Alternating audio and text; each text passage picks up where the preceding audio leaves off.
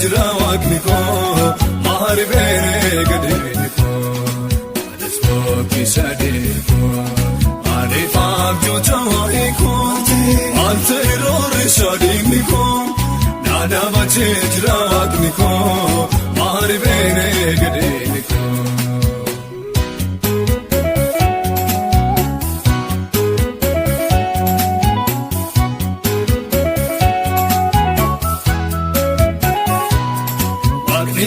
Saranajre, ayaton tirosha, agantusan tonelano, ustadan jululusa, takalakin nikachisha, fanakin terkamfachisha, anjedekin amdachishe, akayoga kusambolisa, takalakin nikachisha, fanakin terkamfachisha.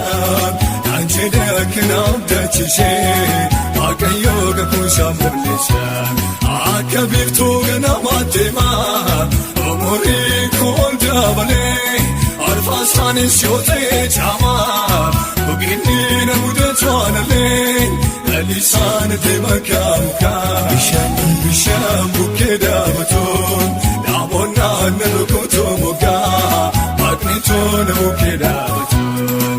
Lisan de makamuka, bisham bukera baton, namona nalukoto muga, magneton bukera.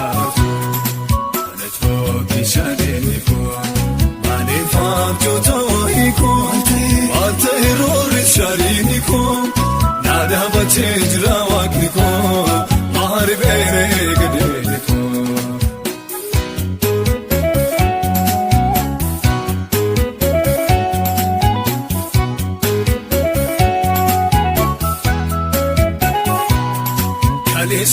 Kalesa darbe, katiba sani funufo, inni waaqayyo dubbate, waa'een koo bubudu uniform, fuula keetti yakara cabsa, haaloo kee ansiifan baasa, dhibee kee akka yaa'aa beeshaalee, dabarsee sirnaan faccisa, fuula keetti yakara cabsa.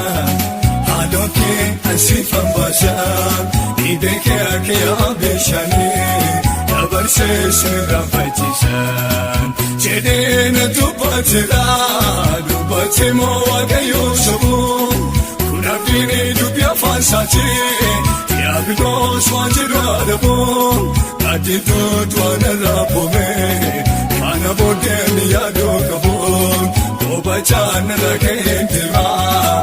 Kisachon ragono, katido dwana rapome, kana bodem yado kabo, obachan rakendira.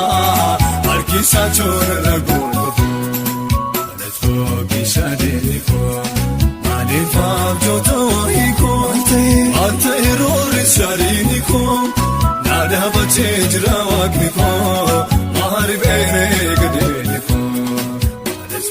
Kisadeko, mane famto toiko, ante errore sariniko, nada bache jira wakniko, mahar bere